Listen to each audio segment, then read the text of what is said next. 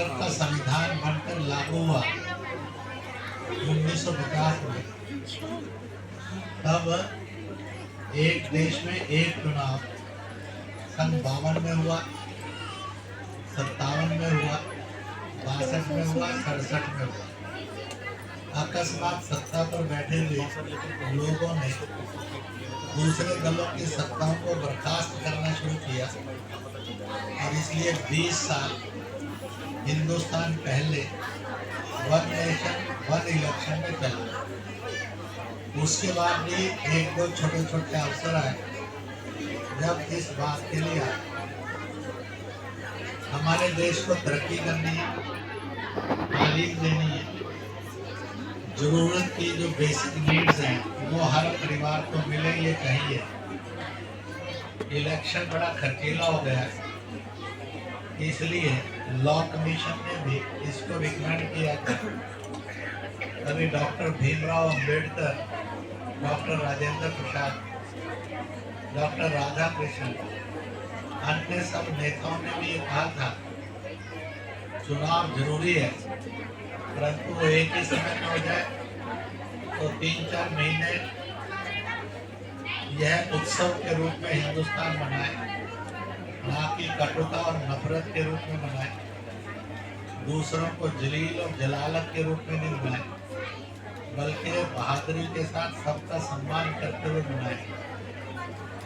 खर्चों में कटौती हो, इलेक्शन में ही समय बर्बाद ना होकर तालीम तरक्की के लिए समय लगे।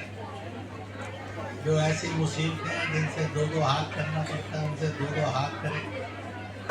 जात और मजहब में, अमीर गरीब में, औरत मर्द में समाज तकसीम ना हो। इतना ही नहीं है, हर एक को तन ढकने के लिए कपड़ा, सिर छुपाने के लिए छत मिले।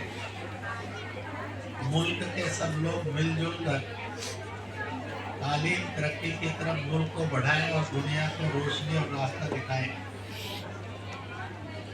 इसलिए कुछ साल पहले तो अधिकांश दलों ने कहा था ये होना चाहिए, पर लगता है कि वे राजनीतिक दलदल में फंसकर कुछ विरोध करने लगे हैं। परंतु देश की मेजॉरिटी जनता चाहती है इलेक्शन हो, फेयर इलेक्शन हो, इलेक्शन जरूर हो, लोग मतदान में रुचि बढ़ाएं, समाज जाति मजहब में बटे नहीं, क्योंकि मजहब नहीं सिखाता आपस में वैर करना। इसलिए मजहब तालीम का और मोहब्बत का रास्ता है। जात पात में पहचान है, परंतु किसी जात को नीच मानना यह भगवान के साथ भी बेवफाई है और संविधान के साथ भी बेवफाई है। और इसलिए इन सब बातों को ध्यान में रखकर आज ऐसे अनेक चीज़ों को ढूंढेंगे और ढूंढने पर ध्यान में आएगा कि वन इलेक्शन वन नेशन का होना यह कई समस्याओं से मुक्ति है और कई तरक्कियों से भरा हुआ रास्ता खुलता है। मैं कहूँगा सारे दलों से, कट्टरता से, दल के दलदल से निकलकर वह Hindustan first, Hindustan always, Hindustan last, इस रास्ते से चलें। और इसलिए सरकारें हर 5 साल बाद मुल्क में, सूबों में भी बनेगी, मुल्क में भी बनेगी। कोई दल देश का दुश्मन और नहीं हो सकता, गद्दार नहीं हो सकता। इस रूप में इसको देखेंगे तो मुझे लगता है कि आज 76-77 साल के बाद देश इस रास्ते पर खड़ा है।